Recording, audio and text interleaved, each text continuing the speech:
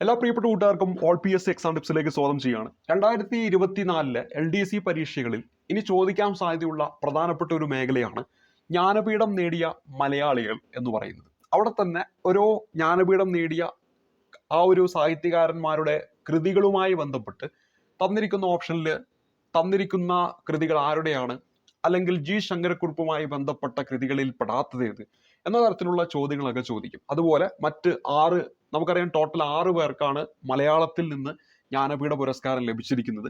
ആദ്യമായിട്ട് 1965 ജി ശങ്കരക്കുറുപ്പിന് ആദ്യമായിട്ട് ജ്ഞാനപീഠ പുരസ്കാരം ലഭിച്ചു എന്നും 1980 SK പൊറ്റക്കാടിനും 1984 തകഴിക്കും 1995 MTക്കും 2007 ONV കുറുപ്പിനും ഈ പറയുന്ന ജ്ഞാനപീഠം കിട്ടി. അവസാനമായിട്ട് മലയാളിക്ക് കിട്ടുന്നത് 55ാമത്തെ ജ്ഞാനപീഠ പുരസ്കാരം അക്കിത്തത്തിനാണ് ലഭിക്കുന്നത്. അപ്പൊ ഈ 6 മലയാളികൾക്കാണ് നിലവില് ജ്ഞാനപീഠ പുരസ്കാരം ലഭിച്ചിരിക്കുന്നത്. അപ്പൊ ജി ശങ്കരക്കുറുപ്പ്, അദ്ദേഹവുമായി ബന്ധപ്പെട്ട് പരീക്ഷകളിൽ അദ്ദേഹത്തിന്റെ കൃതികൾ എപ്പോഴും ചോദിക്കാറുണ്ട്. ജി ശങ്കരക്കുറുപ്പിന്റെ കൃതികളാണ് നമ്മൾ ഒരു കഥാരൂപത്തിൽ ഈ ഒരു ക്ലാസ്സിലൂടെ പരിചയപ്പെടാൻ പോകുന്നത്. അപ്പൊ ഇതിൽ നിന്ന് ഒരു കൃതി എടുത്തുകൊണ്ട് വേണമെങ്കിൽ വരാൻ പോകുന്ന പരീക്ഷകളിൽ ചോദ്യമായിട്ട് പ്രതീക്ഷിക്കാം. കാരണം ഇതിനു മുമ്പ് പരീക്ഷയിൽ ചോദിച്ച കൃതികളാണ് നിങ്ങളുടെ മുന്നിലേക്ക് പരിചയപ്പെടുത്താനായിട്ട് പോകുന്നത്. അപ്പൊ ആദ്യം നമ്മൾ അദ്ദേഹത്തിന്റെ കൃതികൾ പരിചയപ്പെടാം, അതിനുശേഷം നമ്മുടെ കഥയിലേക്ക് പ്രവേശിക്കാം. ഇവിടെ നമ്മുടെ കൃതിയിൽ ഒന്നാമതായിട്ട് ഞാൻ നിങ്ങളുടെ മുന്നിൽ പരിചയപ്പെടുത്തുന്നത് വിശ്വദർശനം എന്ന് പറയുന്ന കൃതിയാണ്. ഒന്നാമത്തെ കൃതി നമ്മൾ പരിചയപ്പെട്ടു, വിശ്വദർശനം. ഈ വിശ്വദർശനം എന്ന് പറയുന്ന കൃതിയിലേക്ക് വരുമ്പോൾ അതുമായി ബന്ധപ്പെട്ട് 2 കാര്യങ്ങൾ അറിയണം. ഒന്ന്, 1965 കേരള സാഹിത്യ പുരസ്കാരം ലഭിച്ച ജി ശങ്കരക്കുറുപ്പിന്റെ കൃതി ചോദിച്ചാൽ വിശ്വദർശനമാണ്. 1963 കേന്ദ്ര സാഹിത്യ പുരസ്കാരം ലഭിച്ച ജി ശങ്കരക്കുറുപ്പിന്റെ കൃതി ചോദിച്ചാൽ വിശ്വദർശനമാണ്. അപ്പോ ജി ശങ്കരക്കുറുപ്പിന് കേരള സാഹിത്യ പുരസ്കാരവും കേന്ദ്ര സാഹിത്യ പുരസ്കാരവും ലഭിച്ചിരിക്കുന്നത് ഏത് കൃതിക്കാണ് എന്ന് ചോദിച്ചാൽ അവിടെ ഉത്തരമായിട്ട് വരേണ്ടത് വിശ്വദർശനം എന്ന കൃതിക്കാണ്. 1963 ശേഷം 1965 വരുമ്പോൾ നമുക്കറിയാം ആദ്യമായിട്ട് ഒരാൾക്ക് ജ്ഞാനപീഠ പുരസ്കാരം ലഭിക്കുന്നത് ജി ശങ്കരക്കുറുപ്പിനാണ്. ആ കൃതി എന്ന് പറയുന്നത് ഓടക്കുഴൽ എന്ന് പറയുന്ന കൃതിക്കാണ്.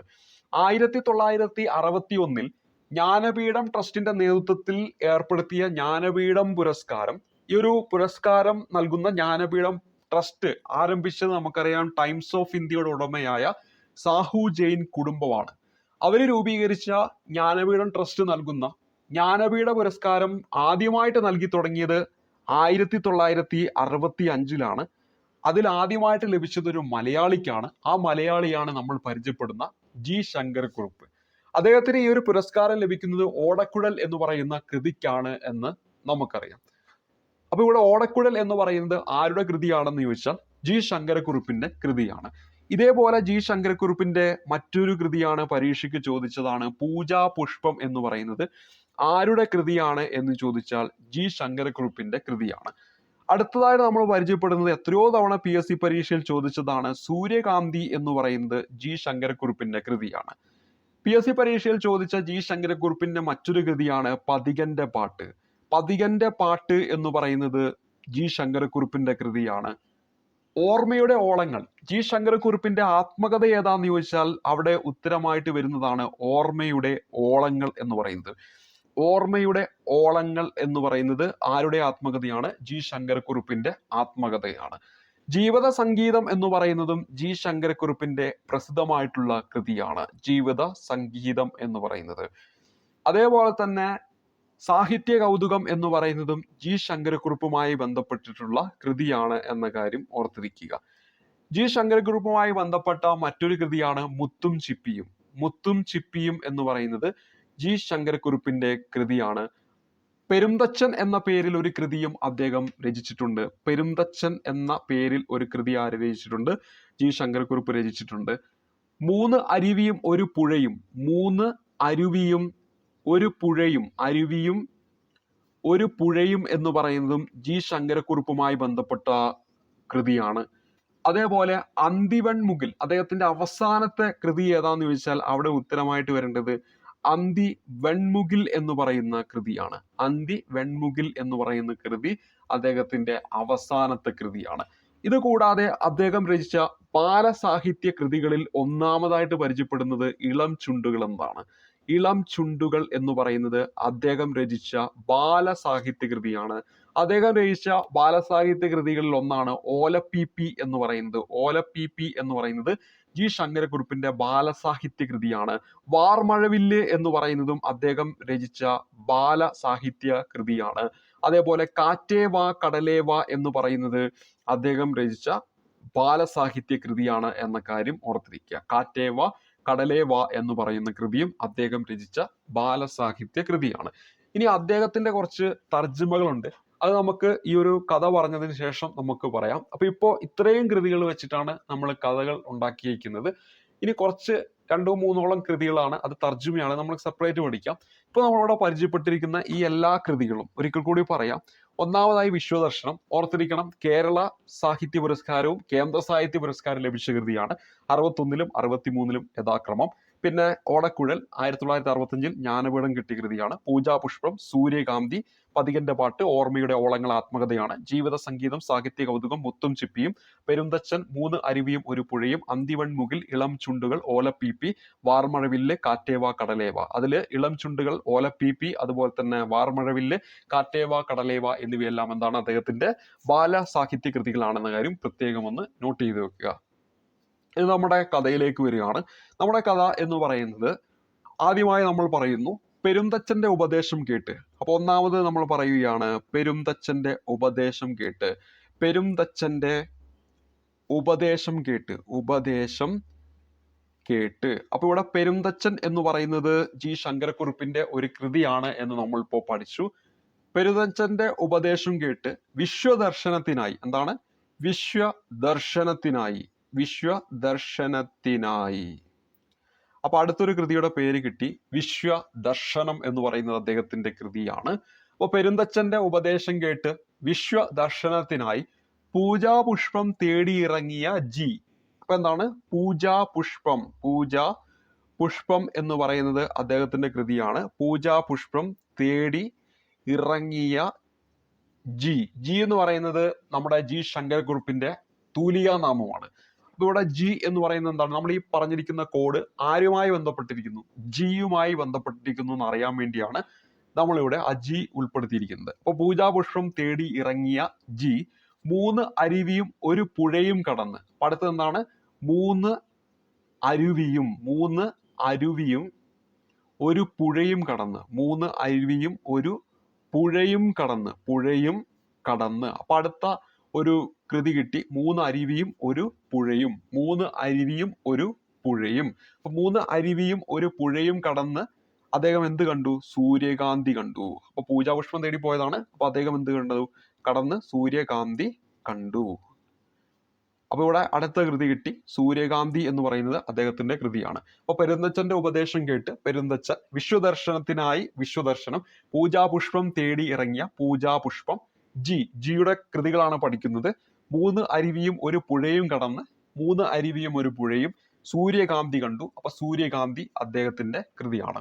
അപ്പൊ അദ്ദേഹം ആ സൂര്യകാന്തി കണ്ട് ഇങ്ങനെ നിൽക്കണ സമയത്ത്, ആ ഒരു സമയത്ത് എന്താണ്, അദ്ദേഹം ഒരു പാട്ട് കേൾക്കുകയാണ്. അപ്പൊ എന്താണ്, അദ്ദേഹം ഈ ഒരു സൂര്യകാന്തി കണ്ട് നിൽക്കുന്ന സമയത്ത് അദ്ദേഹം എന്താണ്, ഓടക്കുഴലിലൂടെ എന്താണ്, ഓടക്കുഴലിലൂടെ പതികന്റെ പാട്ട് കേട്ടു. പതികന്റെ പാട്ട് എന്താണ്, കേട്ടു എന്ന കാര്യം ഓർക്കുക. ഇവിടെ ഓടക്കുഴൽ അദ്ദേഹത്തിന്റെ കൃതിയാണ്. പതികന്റെ പാട്ട് എന്ന് പറയുന്നതും അദ്ദേഹത്തിന്റെ കൃതിയാണ്. അപ്പൊ സൂര്യകാന്തി കണ്ടു നിൽക്കുമ്പോൾ ഓടക്കുഴലിലൂടെ എന്ത് കേൾക്കുകയാണ്? പതികന്റെ പാട്ട് കേട്ടു. ആ പാട്ട് എന്ന് പറയുന്നത്, പതികൻ എന്ന് പറയുമ്പോൾ നമുക്കറിയാം വഴിയാത്രക്കാരനാണ്. അപ്പൊ ആ പതികന്റെ പാട്ട് അദ്ദേഹം കേട്ടു. ആ പാട്ട് എന്ന് പറയുന്നത് അതവന്റെ, അതായത് ആ പതികന്റെ, അതവന്റെ എന്താണ്, ഓർമ്മയുടെ ഓളങ്ങളിലെ ജീവിത സംഗീതമായിരുന്നു. എന്താണ്, അതവന്റെ ഓർമ്മയുടെ ഓളങ്ങളിലെ ജീവിത സംഗീതമായിരുന്നു. അപ്പൊ ഓർമ്മയുടെ ഓളങ്ങള് ജീവിത സംഗീതം. അപ്പോൾ ഓർമ്മയുടെ ഓളങ്ങൾ ജിയുടെ ആത്മകഥയാണ്. ജീവിത സംഗീതം എന്ന് പറയുന്നത് അദ്ദേഹത്തിന്റെ കൃതിയാണ്. ജീവിത സംഗീതം എന്ന് പറയുന്നത് എന്താണ്? അദ്ദേഹത്തിന്റെ കൃതിയാണ് എന്ന കാര്യം ഓർക്കുക. അപ്പൊ ഇത് കേട്ടിട്ട്, ഈ പാട്ട് കേട്ടിട്ട് സാഹിത്യ കൗതുകം മൂലം, ഈ പാട്ട് കേട്ടിട്ട് സാഹിത്യ കൗതുകം മൂലം, സാഹിത്യ കൗതുകം അദ്ദേഹത്തിന്റെ കൃതിയാണ്. മൂലം എന്താണ്? സാഹിത്യ കൗതുകം മൂലം ജി എന്താണ്? അവന്, അതായത് ആ പതികന് എന്താണ്? മുത്തും ചിപ്പിയും നൽകി. ആ പതികന് എന്താണ്? മുത്തും ചിപ്പിയും നൽകി എന്ന കാര്യം ഓർക്കുക. അപ്പൊ മുത്തും ചിപ്പിയും എന്താണ്? ഈ പറയുന്ന ജിയുടെ കൃതിയാണെന്ന കാര്യം ഓർത്തിരിക്കുക. നമ്മൾ പറഞ്ഞ കാര്യങ്ങൾ എന്തൊക്കെയാണ്? പെരുന്തച്ഛന്റെ ഉപദേശം കേട്ട്, അപ്പൊ പെരുന്തച്ഛൻ അദ്ദേഹത്തിന്റെ കൃതിയാണ്. വിശ്വദർശനത്തിനായി, വിശ്വദർശനം അദ്ദേഹത്തിന്റെ കൃതിയാണ്. പൂജാപുഷ്പം തേടിയിറങ്ങിയ ജി, പൂജാപുഷ്പം അദ്ദേഹത്തിന്റെ കൃതിയാണ്. 3 അരുവിയും ഒരു പുഴയും കടന്ന്, 3 അരുവിയും ഒരു പുഴയും അദ്ദേഹത്തിന്റെ കൃതിയാണ്. സൂര്യകാന്തി കണ്ടു, അപ്പൊ സൂര്യകാന്തി അദ്ദേഹത്തിന്റെ കൃതിയാണ്. ഓടക്കുഴലിലൂടെ പതികന്റെ പാട്ട് കേട്ടു, അപ്പൊ ഓടക്കുഴൽ അദ്ദേഹത്തിന്റെ കൃതിയാണ്. പതികന്റെ പാട്ട് അദ്ദേഹത്തിന്റെ കൃതിയാണ്. അത് അവന്റെ ഓർമ്മയുടെ ഓളങ്ങളിലെ ജീവിത സംഗീതമായിരുന്നു. ആ പാട്ട് എന്ന് പറയുന്നത് ഓർമ്മയുടെ ഓളങ്ങളിലെ ജീവിത സംഗീതമായിരുന്നു. ഓർമ്മയുടെ ഓളങ്ങൾ ആത്മകഥയാണ്. ജീവിത സംഗീതം ഓർത്തിരിക്കുക. സാഹിത്യ കൗതുകം മൂലം, അപ്പൊ ജിക്ക് എന്താണ്? സാഹിത്യ കൗതുകം മൂലം, സാഹിത്യ കൗതുകം ഓർത്തിരിക്കണം. ആ ജി എന്താണ്? അവന് മുത്തും ചിപ്പിയും നൽകി എന്നതാണ് അടുത്തതായിട്ട് ഓർക്കേണ്ടത്. മുത്തും ചിപ്പിയും അദ്ദേഹത്തിന്റെ എന്താണ്? കൃതിയാണെന്ന കാര്യം ഓർത്തിരിക്കുക.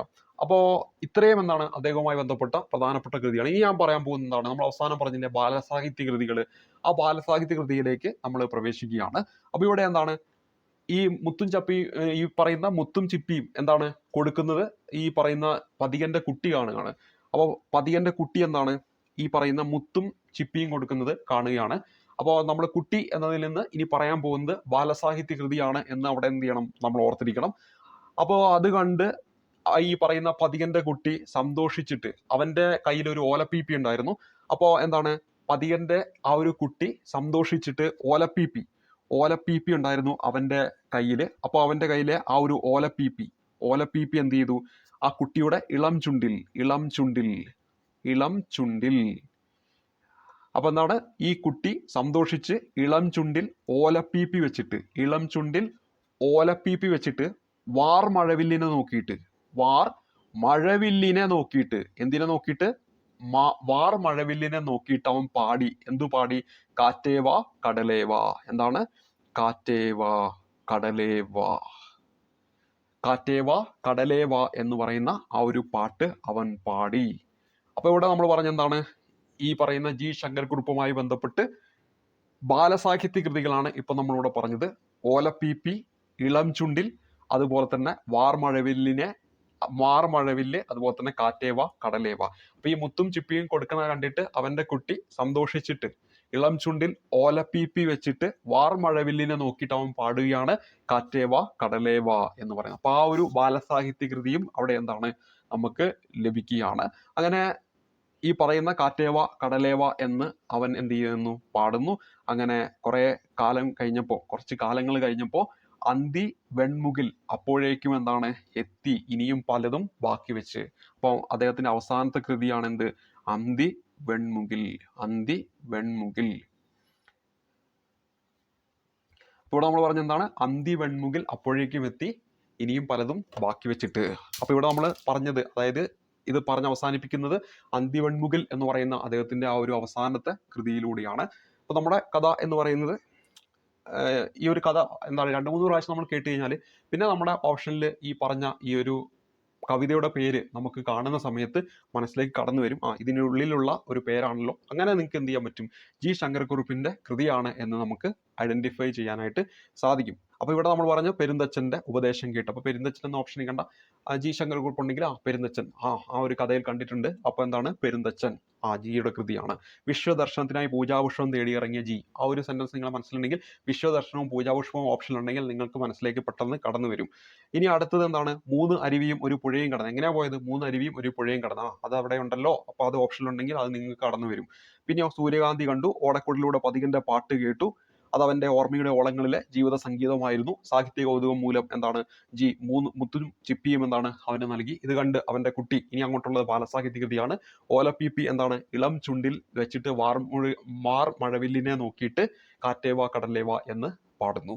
അപ്പോൾ ഇങ്ങനെ എന്താണ്? കുറച്ചു കാലം കഴിഞ്ഞപ്പോൾ എന്താണ്? അന്തി വെൺമുകിൽ എന്താണ്? അപ്പോഴേക്കും എത്തി ഇനിയും പലതും ബാക്കി വെച്ചിട്ട് എന്ന് ഓർക്കുക. അന്തി വെൺമുകിൽ അപ്പോഴേക്കും എത്തി ഇനിയും പലതും ബാക്കി വെച്ചിട്ട്. അപ്പോൾ അവിടെ എന്താണ് അന്തി വെൺമുകിൽ അദ്ദേഹത്തിന്റെ ഏറ്റവും അവസാനത്തെ കൃതിയാണ് എന്ന കാര്യം ഓർത്തിരിക്കുക. അപ്പൊ ഇത്രയും കൃതികൾ നമ്മളിവിടെ പഠിച്ച ഇത്രയും കാര്യങ്ങൾ ഈ ഒരു ചെറിയൊരു കഥയിലൂടെ എനിക്കത് എളുപ്പമായി തോന്നിയുകൊണ്ട് ഞാൻ നിങ്ങൾക്ക് ഷെയർ ചെയ്തതാണ്. നിങ്ങൾക്ക് അത് എളുപ്പമാണെങ്കിൽ ഓർത്തിരിക്കാം. 2-3 വട്ടം കേട്ട് കഴിഞ്ഞാൽ പിന്നെ നിങ്ങൾ ഓപ്ഷനിലേക്ക് പോകുമ്പോൾ ഈ കഥയൊന്നും ഓർക്കേണ്ട ആവശ്യം ഉണ്ടാവില്ല. ഓപ്ഷനിൽ കാണും അപ്പോൾ ഈ കഥയിൽ നിങ്ങൾ കണ്ടിട്ടുണ്ടെന്ന് നിങ്ങളുടെ മനസ്സിൻ്റെ ഉള്ളിലേക്ക് വരും. അത് നമ്മുടെ ഒരു കുറേ സമയം ഇത് നമ്മൾ ഇങ്ങനെ റിപ്പീറ്റ് ആയിട്ട് ചെയ്തിട്ടുണ്ടെങ്കിൽ പിന്നെ നമ്മുടെ മനസ്സ് അത് എന്ത് ചെയ്യും, അത് നമ്മുടെ മനസ്സിൽ അത് സേവ് ചെയ്ത് വെച്ചിട്ടുണ്ടാകും. നിങ്ങൾ അറിയാതെ തന്നെ ക്വസ്റ്റ്യൻ പേപ്പർ നോക്കുമ്പോൾ നേരിട്ട് ആ ഒരു ഓപ്ഷനിലേക്ക് പോകുന്നതായിരിക്കും. അത് നിങ്ങൾ എപ്പോഴെങ്കിലും അതൊന്ന് പരീക്ഷിച്ച് നോക്കിയിട്ടുണ്ടെങ്കിൽ നിങ്ങൾക്ക് അത് മനസ്സിലാക്കാൻ പറ്റും. ഇതിന് പുറമെ ജി ശങ്കർ കുറുപ്പുമായി ബന്ധപ്പെട്ട് കുറച്ച് കാര്യങ്ങൾ കൂടി അറിഞ്ഞിരിക്കണം. അതായത് അദ്ദേഹത്തിന്റെ കുറച്ച് തർജ്ജിമകളുണ്ട്. അതിലൊന്നാണ് കാളിദാസന്റെ മേഘദൂത് എന്ന് പറയുന്ന കൃതിയുണ്ട്. കാളിദാസന്റെ മേഘദൂത് എന്ന് പറയുന്ന കൃതി അത് മലയാളത്തിലേക്ക് അദ്ദേഹം മേഘഛായ എന്ന പേരിൽ കൊണ്ടുവരുന്നുണ്ട്. എന്ത് പേരിലാണ്? മേഘഛായ എന്ന പേരിൽ. അതുപോലെ തന്നെ നമുക്കറിയാം 1913 നമ്മുടെ ടാഗോറിന് നോബൽ സമ്മാനം ലഭിക്കുന്നുണ്ട്. സാഹിത്യത്തിന് ആദ്യമായിട്ട് ഒരു ഏഷ്യക്കാരന് ഒരു നോബൽ സമ്മാനം ലഭിക്കുന്നത് ടാഗോറിലൂടെയാണ് നമുക്കറിയാം. 1913 അത് ഗീതാഞ്ജലി എന്ന് പറയുന്ന അദ്ദേഹത്തിന്റെ പ്രസിദ്ധമായിട്ടുള്ള ആ ഒരു കൃതിക്കാണെന്ന് നമുക്കറിയാം. അതേ പേരിൽ തന്നെ അത് ജി ശങ്കർ കുറുപ്പ് മലയാളത്തിലേക്ക് കൊണ്ടുവരുന്നുണ്ടെന്ന കാര്യം ഓർത്തിരിക്കുക. അതേപോലെ തന്നെ മറ്റൊന്നാണ് ഒമർ ഖയാമിന്റെ റുബായത്ത് എന്ന് പറയുന്ന കൃതിയുണ്ട്. എന്താണ് നമ്മൾ പറഞ്ഞത്? ഒമർ ഖയാമിന്റെ റുബായത്ത് എന്ന് പറയുന്ന കൃതി മലയാളത്തിലേക്ക് അദ്ദേഹം തർജ്ജമ ചെയ്യുന്നുണ്ട്. വിലാസലഹരി എന്ന പേരിലാണ്. എന്താണ്? വിലാസലഹരി എന്ന പേരിലാണ്. ഇത് നിങ്ങൾ പ്രത്യേകം നോട്ട് ചെയ്ത് വെക്കണം. പലപ്പോഴും ചോദിക്കാറുണ്ട്. ഒന്ന് കാളിദാസന്റെ മേഘദൂത് മേഘഛായ എന്ന പേരിൽ 1913 ടാഗോറിന് നോബൽ കിട്ടിയ ഗീതാഞ്ജലി എന്ന പേരിൽ മലയാളത്തിലേക്ക് കൊണ്ടുവരുന്നുണ്ട്. അതേപോലെ തന്നെ ഒമർ ഖയാമിന്റെ റുബായത്ത് മലയാളത്തിലേക്ക് വിലാസലഹരി എന്ന പേരിൽ അദ്ദേഹം തർജ്ജമ ചെയ്യുന്നുണ്ട്. ഇത് കൂടാതെ ടിപ്പുവിന്റെയും അതുപോലെ തന്നെ അതേപോലെ തന്നെ ഹൈദരാലിയുടെയും ആത്മകഥ അദ്ദേഹം കൊണ്ടുവരുന്നുണ്ട്. ജീവചരിത്രം എന്ന് പറയാം. അപ്പൊ ടിപ്പു എന്ന തന്നെ പേരിലും ഹൈദരാലി എന്ന പേരിലും അദ്ദേഹം എന്ത് ചെയ്യുന്നുണ്ട്? ഇവർ രണ്ടുപേരുടെയും ജീവചരിത്രം അദ്ദേഹം എഴുതുന്നുണ്ട് എന്ന കാര്യം ഓർക്കാം. ടിപ്പു എന്ന പേരിൽ ജീവചരിത്രം, ഹൈദരാലി എന്ന പേരിൽ ജീവചരിത്രം ആര് എഴുതുന്നുണ്ട്? ഈ പറയുന്ന നമ്മുടെ ജി ശങ്കരക്കുറുപ്പ് എഴുതിയിട്ടുണ്ട് എന്ന കാര്യം ഓർത്തിരിക്കണം. എന്ത് ചെയ്യണം? ഓർത്തിരിക്കണം. അതേപോലെ കൊച്ചി രാജാവിന്റെ കവിതിലകൻ പട്ടം നൽകി ആദരിച്ച കവി ആര് എന്ന് ചോദിച്ചാൽ അവിടെ ഉത്തരമായിട്ട് വരേണ്ട ജി ശങ്കരക്കുറുപ്പാണ്. അതുപോലെ നിർമ്മല എന്ന് പറയുന്ന ഒരു സിനിമയിൽ ഗാനം എഴുതിയിട്ടുള്ള കവി ആരെന്ന് ചോദിച്ചാലും ഉത്തരമായിട്ട് വരേണ്ടത് ജി ശങ്കരക്കുറുപ്പാണ്. ഇതൊക്കെ എക്സ്ട്രാ ഫാക്ട് ആയിട്ട് നിങ്ങൾ ഓർത്തിരിക്കണം. ജി ശങ്കരക്കുറുപ്പിന്റെ തൂലികാനാമം ജി ആണ്. മിസ്റ്റിക് കവി എന്നറിയപ്പെടുന്ന ആരെന്ന് പരീക്ഷയ്ക്ക് എപ്പോഴും ചോദിക്കാറുണ്ട്. മിസ്റ്റിക് കവി എന്നറിയപ്പെടുന്നത് ജി ശങ്കരക്കുറുപ്പാണ്. മലയാളത്തിന്റെ ദാർശനികനായ കവി എന്നറിയപ്പെടുന്നത് ജി ശങ്കരക്കുറുപ്പാണ്. അതുപോലെ തന്നെ മൃത്യുബോധനത്തിന്റെ കവി എന്നറിയപ്പെടുന്നത് ആരാണെന്ന് ചോദിച്ചാലും ഉത്തരമായിട്ട് വരേണ്ടത് ജി ശങ്കരക്കുറുപ്പാണ്. മൃത്യുബോധനത്തിന്റെ കവി. അതേപോലെ തന്നെ രാജ്യസഭാംഗമായിട്ടുണ്ട്. 1968-72 കാലഘട്ടത്തിൽ രാജ്യസഭാംഗമായിട്ടുണ്ട് എന്നൊരു സ്റ്റേറ്റ്മെന്റ് നൽകിയാൽ അതും എന്താണ്? ശരിയായിട്ടുള്ള സ്റ്റേറ്റ്മെന്റ് ആണ് എന്ന കാര്യം ഓർക്കുക. 1965 ഇദ്ദേഹത്തിന് ജ്ഞാനപീഠം കിട്ടിയ കൃതി നമ്മൾ ഓൾറെഡി പഠിച്ചു. ഓടക്കുഴൽ എന്ന് പറയുന്ന കൃതിയാണ്. ഏത് കൃതിക്കാണ്? ഓടക്കുഴൽ എന്ന് പറയുന്ന കൃതിക്കാണ്. ഈ ഒരു കൃതിക്ക് ലഭിച്ച ആ ഒരു പുരസ്കാര തുക എത്രയാണ്? ജ്ഞാനപീഠ പുരസ്കാരത്തിന്റെ തുക 11 ലക്ഷം രൂപയാണ്. നമുക്കറിയാവുന്നതാണ്. 11 ലക്ഷം രൂപയാണ്. നിലവില് 11 ലക്ഷം രൂപയാണ്. അപ്പൊ ഈ ഒരു ഓടക്കുഴൽ എന്ന് പറയുന്ന കൃതിക്കാണ് അദ്ദേഹത്തിന് ജ്ഞാനപീഠ പുരസ്കാരം ലഭിക്കുന്നത്. അപ്പൊ നിലവിൽ ജ്ഞാനപീഠ പുരസ്കാരം കൊടുക്കുന്നത് എന്താണ്? സമഗ്ര സംഭാവനയ്ക്കാണ്. സാഹിത്യ മേഖലയിൽ നൽകിയ സമഗ്ര സംഭാവനയ്ക്കാണ്. 1982 വരെ കൃതികൾക്കായിരുന്നു കൊടുത്തിരുന്നത്. 82 ശേഷം എന്താണ്? സമഗ്ര സംഭാവനയ്ക്ക് എന്നാക്കി മാറ്റുകയും ചെയ്തു. അപ്പൊ ഈ ഓടക്കുഴൽ എന്ന് പറയുന്ന കൃതിക്ക് ലഭിച്ചു ജ്ഞാനപീഠം. ആ പുരസ്കാര തുക ഉപയോഗിച്ചുകൊണ്ടാണ് ഇദ്ദേഹം എന്താ ആരംഭിക്കുന്നത്? ഓടക്കുഴൽ പുരസ്കാരം ആരംഭിക്കുന്നത്. ഇത് നൽകുന്നത് ഗുരുവായൂരപ്പൻ ട്രസ്റ്റ് ആണെന്ന് നമുക്കറിയാം. 1969 ഇത് ആദ്യമായിട്ട് നൽകിയത്. അത് ലഭിച്ചത് ആർക്കാണ് നമുക്കറിയാം? വെണ്ണിക്കുളം ഗോപാലക്കുറുപ്പിനാണ്. ആർക്കാണ് ലഭിച്ചത്? വെണ്ണിക്കുളം ഗോപാലക്കുറുപ്പിനാണ് എന്ന കാര്യം ഓർക്കുക. 1969. അതേപോലെ തന്നെ 2022 പരീക്ഷയ്ക്ക് ഓൾറെഡി ചോദിച്ചു കഴിഞ്ഞു. അത് അംബികാസുധൻ മങ്ങാടിനാണ്. പ്രാണവായു എന്ന് പറയുന്ന കൃതിക്കാണ്. ഇനി നമ്മളോട് ചോദിക്കാൻ ചാൻസ് ഉള്ളത് 2023 അത് ഓർത്തിരിക്കേണ്ടത് പി ഗോപികൃഷ്ണൻ ആണെന്ന കാര്യം ഓർത്തിരിക്കുക. ആർക്കാണ് ഈ പറയുന്ന ഓടക്കുഴൽ പുരസ്കാരം 2023 കിട്ടിയത്? പി എൻ ഗോപികൃഷ്ണനാണ് എന്ന കാര്യം ഓർക്കുക. പി എൻ ഗോപികൃഷ്ണൻ 2023 ലഭിച്ചത്. കവിത മാംസഭോജിയാണ്. ഇത് പരീക്ഷയിൽ കവിത മാംസഭോജിയാണെന്ന കൃതി ആരാണ് രചിച്ചതെന്നൊക്കെ ചോദിച്ചിട്ടുണ്ട്. അപ്പൊ കവിത മാംസഭോജിയാണ് എന്ന കൃതിക്കാണ് ലഭിച്ചത് എന്ന കാര്യം ഓർക്കുക. ആ കൃതി ഓർത്തിരിക്കുക. കവിത മാംസഭോജിയാണ്. P N Gopikrishnan. Odakkuzhal award 2023 എന്ന കാര്യം ഓർത്തിരിക്കണം. ഇനി 2023 ഓടക്കുഴൽ അവാർഡ് ലഭിച്ച പേരാണ് നമ്മളിവിടെ പരിചയപ്പെട്ടത്. എന്നാൽ 2023 വർഷത്തിൽ ജ്ഞാനപീഠ പുരസ്കാരം 2 വ്യക്തികൾക്ക് ലഭിച്ചിട്ടുണ്ട്. ചോദിക്കാൻ സാധ്യതയുള്ള ഒന്നാണ്. 2023 ജ്ഞാനപീഠ പുരസ്കാരം ലഭിച്ചിരിക്കുന്നത് ആർക്കാണ് എന്ന് ചോദിച്ചാൽ, ഒന്ന് ജഗത് ഗുരു രാമഭദ്രാചാര്യ എന്ന പേരാണ് ഓർക്കേണ്ടത്. എന്താണ്? ജഗത് ഗുരു രാമഭദ്രാചാര്യ. രണ്ടാമത്തെ പേര് എന്ന് പറയുന്നത് നമ്മുടെ ഉറുദു പണ്ഡിതനായിട്ടുള്ള ഗുൽസാറിനാണ്. അപ്പൊ ഈ 2 പേർക്ക് 2023 ലഭിച്ചിട്ടുണ്ട്. അവിടെ 21 ലക്ഷം രൂപയാണ് ഇവർക്ക് 2 പേർക്കായിട്ട് നൽകിയത്. നമ്മൾ ഓൾറെഡി പറഞ്ഞു 11 ലക്ഷമാണ് ഇതിന്റെ സമ്മാന തുക എന്ന് പറഞ്ഞിട്ടുണ്ട്. അപ്പൊ 2021 എത്രയാണെന്ന് ചോദിച്ചാൽ അവിടെ ചിലപ്പോൾ ആ ഒരു ചോദ്യം നമുക്ക് പ്രതീക്ഷിക്കാം. 21 ലക്ഷമാണ്, കാരണം 2 പേർക്കായിട്ട് കൊടുത്തു. പക്ഷെ ഔദ്യോഗികമായിട്ട് വെബ്സൈറ്റിലൊക്കെ ഉള്ളത് എത്രയാണ്? 11 ലക്ഷം രൂപയാണ്. അതായത് ജ്ഞാനപീഠ പുരസ്കാരത്തിന്റെ തുക 11 ലക്ഷം. പക്ഷെ 2023 കേസാണ് പറഞ്ഞത്. 2 പേർക്ക് കൊടുത്തു. ജഗത് ഗുരു രാമഭദ്രാചാര്യ ഗുൽസാർ, ഉറുദു പണ്ഡിതനാണ് ഈ പറയുന്ന ഈ ഗുൽസാർ എന്ന കാര്യം ഓർത്തിരിക്കുക. ഉത്തർപ്രദേശുകാരനാണ് ജഗത് ഗുരു രാമഭദ്രാചാര്യ എന്ന കാര്യം കൂടി ഓർത്തിരിക്കുക. പിന്നെ ഈ ജ്ഞാനപീഠ പുരസ്കാരം 2ാമത് കിട്ടിയത് ആർക്കാണ്? താരാശങ്കർ ബന്ദോപാധ്യായക്കാണ്. ആദ്യമായിട്ട് ഒരു വനിതയ്ക്ക് കിട്ടിയത് PSC റിപ്പീറ്റ് ആയി ചോദിക്കുന്നതാണ്. ആശാപൂർണ ദേവി 1976 ഏറ്റവും ഇമ്പോർട്ടന്റ് ആയിട്ട് നമ്മുടെ മലയാളികൾ തന്നെയാണ്. 1965 ജി ശങ്കരക്കുറുപ്പ്, 1980 SK പൊറ്റക്കാട്, 84 തകഴി, 95 വരുമ്പോൾ MT, 2007 വരുമ്പോൾ ONV, പിന്നെ 2019 വരുമ്പോൾ അക്കിത്തത്തിനാണെന്ന കാര്യം പ്രത്യേകം നോട്ട് ചെയ്ത് വെക്കുക. അപ്പോൾ ഇവിടെ നമ്മൾ പരിചയപ്പെട്ടത് ജി ശങ്കരക്കുറുപ്പുമായി ബന്ധപ്പെട്ട അദ്ദേഹത്തിന്റെ കൃതികളാണ്. ആ കൃതികൾ എപ്പോഴും PSC പരീക്ഷയിൽ ചോദിക്കാറുള്ളതാണ്. ഒരു കഥാരൂപത്തിൽ നിങ്ങൾക്ക് ഓർക്കാൻ വേണ്ടിയിട്ട് ഞാൻ അങ്ങനെ പഠിച്ചു വെച്ചു. അതുകൊണ്ട് അത് ജസ്റ്റ് ഒന്ന് ഷെയർ ചെയ്തേ ഉള്ളൂ. നിങ്ങൾക്ക് അത് ഗുണപ്രദമാണെങ്കിൽ അത് നിങ്ങൾക്ക് ഫോളോ ചെയ്യാം. ഇല്ലെങ്കിൽ ആ പേരുകൾ നിർബന്ധമായും പഠിക്കണം. വിശ്വദർശനത്തിനാണ് അദ്ദേഹത്തിന് കേരള സാഹിത്യ അക്കാദമി പുരസ്കാരവും കേന്ദ്ര സാഹിത്യ അക്കാദമി പുരസ്കാരം കിട്ടിയതെന്നൊക്കെ പ്രത്യേകം പഠിച്ചു വെക്കണം. അപ്പോൾ ഇന്നത്തെ ഈ ഒരു ക്ലാസ്സിൽ പ്രധാനമായിട്ടും ഉദ്ദേശിച്ചത് ജി ശങ്കരക്കുറുപ്പിന്റെ ഈ ഒരു കൃതികൾ പരിചയപ്പെടുത്തുക എന്നതാണ്. അപ്പോൾ നല്ല രീതിയിൽ പഠിക്കുക. മറ്റ് ജ്ഞാനപീഠ പുരസ്കാരങ്ങളൊക്കെ ലഭിച്ച വ്യക്തികളുടെ കൃതികളും അവരുമായി ബന്ധപ്പെട്ട വരികളും ഒക്കെ ഓർത്തിരിക്കണം. ജി ശങ്കരക്കുറുപ്പുമായി ബന്ധപ്പെട്ട് നമ്മുടെ കഴിഞ്ഞ PSC പരീക്ഷയിൽ ചോദിച്ച ഒരു വരിയാണ്, വാ കുരുവി വരുകുരുവി വാഴക്കൈമേൽ ഇരുകുരുവി. ഇതാരുടെ വരിയാണെന്ന് ചോദിച്ചിട്ടുണ്ട്. വാ കുരുവി വരുകുരുവി വാഴക്കൈമേൽ ഇരുകുരുവി ജി ശങ്കരക്കുറുപ്പിന്റെ വരികളാണെന്ന കാര്യം പ്രത്യേകം നോട്ട് ചെയ്യാൻ പറഞ്ഞുകൊണ്ട് ഈ ക്ലാസ് അവസാനിപ്പിക്കുകയാണ്. ഒരിക്കൽ കൂടി പറയാം, വാ കുരുവി വരുകുരുവി വാഴക്കൈമേൽ ഇരുകുരുവി. അതാരുടെ വരികളാണ്? ജി ശങ്കരക്കുറുപ്പിന്റെ വരികളാണ് എന്ന് പറഞ്ഞുകൊണ്ട് ക്ലാസ് അവസാനിപ്പിക്കുന്നു. മുൻവർഷ ചോദ്യമാണ്, വീണ്ടും ചോദിക്കാം. ജി ശങ്കരക്കുറുപ്പിന്റെ വരിയാണ്. അടുത്ത ക്ലാസ് കാണുമ്പോഴേക്കും നന്ദി, നമസ്കാരം.